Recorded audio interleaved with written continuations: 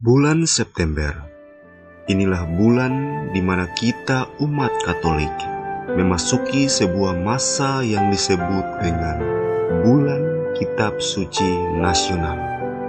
Selama bulan September, umat Katolik di Indonesia diajak, disarankan, dan diharapkan untuk lebih mengenal Sang Juru Selamat, Tuhan Yesus Kristus, melalui salah satu sumber iman kita, yaitu Alkitab.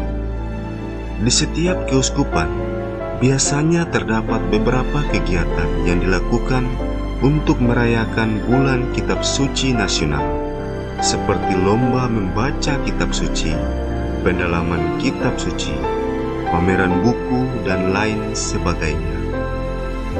Acara-acara tersebut bertujuan untuk mendekatkan umat Katolik dengan Kitab Suci dan diharapkan agar umat dengan antusias akan mengikuti kegiatan-kegiatan tersebut sehingga tujuan dari bulan Kitab Suci Nasional ini dapat tercapai.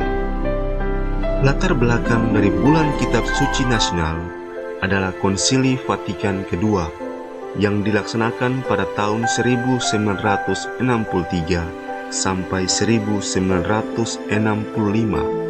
dalam dokumen konstitusi Dei Verbum atau Sabda Ilahi yang berbicara tentang Kitab Suci.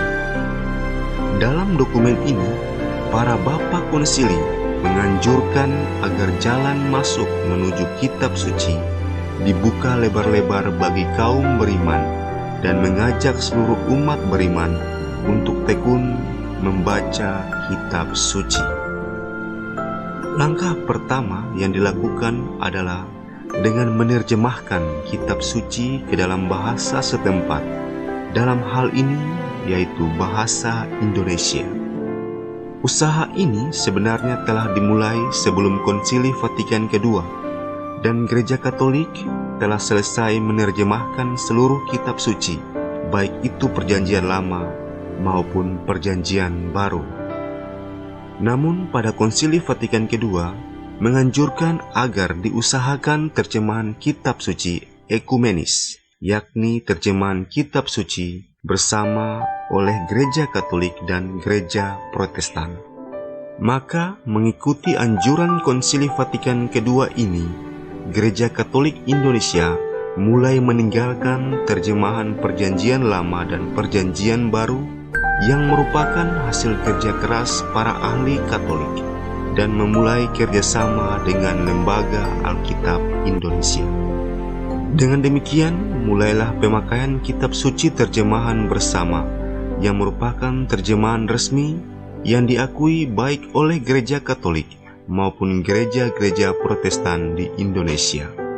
Yang membedakan hanyalah kitab-kitab Deuterokanonika yang diakui termasuk dalam Kitab Suci oleh Gereja Katolik, namun tidak diakui oleh gereja-gereja Protestan. Walaupun sudah diterjemahkan dan sudah beredar luas, namun pada saat itu banyak umat Katolik yang belum mengenal dan belum pernah membaca Alkitab. Oleh karena itu, Lembaga Biblika Indonesia melakukan berbagai usaha untuk memperkenalkan Alkitab kepada umat Katolik.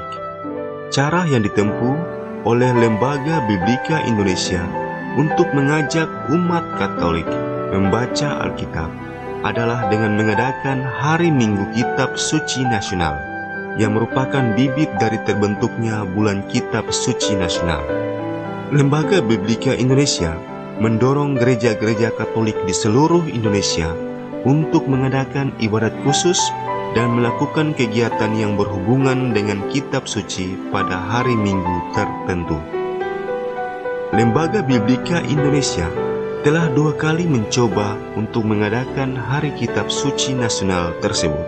Percobaan yang pertama dilakukan pada tahun 1975 untuk menyambut terbitnya Alkitab lengkap ekumenis. Lembaga Biblika Indonesia menyarankan paroki-paroki untuk mengadakan misa syukur pada bulan Agustus. Kemudian percobaan kedua dilakukan pada tahun 1976. Pada akhir Mei bahan-bahan liturgi dan saran-saran kegiatan dikirimkan kepada pastor-pastor untuk perayaan Hari Minggu Kitab Suci Nasional yang pada saat ini diadakan pada tanggal 24 sampai 25 Juli 1976. Setelah 2 kali percobaan, ternyata hasilnya tidak seperti yang diharapkan. Walau begitu, Lembaga Biblika Indonesia tetap optimis dan yakin bahwa Hari Kitab Suci Nasional harus tetap dilanjutkan. Dan pada tahun 1977, Sidang Majelis Agung Wali Gereja Indonesia menetapkan agar minggu tertentu dalam tahun gerejani dapat ditetapkan sebagai Hari Minggu Kitab Suci Nasional. Dan minggu yang dipilih adalah minggu pertama pada bulan September. Kemudian dalam perkembangannya, umat semakin antusias dan memiliki keinginan kuat untuk membaca dan mendalami kitab suci. Mereka berpikir bahwa 1 minggu tidak cukup untuk melakukan kegiatan-kegiatan seputar kitab suci. Maka diputuskan bahwa kegiatan-kegiatan tersebut dilangsungkan selama 1 bulan, yaitu pada bulan September. Dan bulan inilah yang sekarang menjadi bulan Kitab Suci Nasional. Adapun tujuan dari Hari Minggu Kitab Suci Nasional adalah 1. Memperkenalkan umat kepada Sabda Allah, tidak hanya untuk kelompok-kelompok tertentu dalam gereja. Kitab suci juga diperuntukkan untuk seluruh masyarakat biasa. Dengan ini diharapkan bahwa semakin banyak umat yang mengenal sumber dari iman mereka, sehingga mereka juga dapat bertumbuh dan berbuah di dalam Kristus. Yang kedua, mendorong umat Katolik untuk memiliki dan menggunakan Alkitab. Dalam setiap keluarga, paling tidak memiliki 1 Alkitab, supaya setiap umat dapat membacanya sendiri di rumah untuk memperdalam iman mereka. Demikian topik singkat tentang bulan Kitab Suci Nasional. Selamat membaca kitab suci. Tuhan Yesus memberkati. Amin.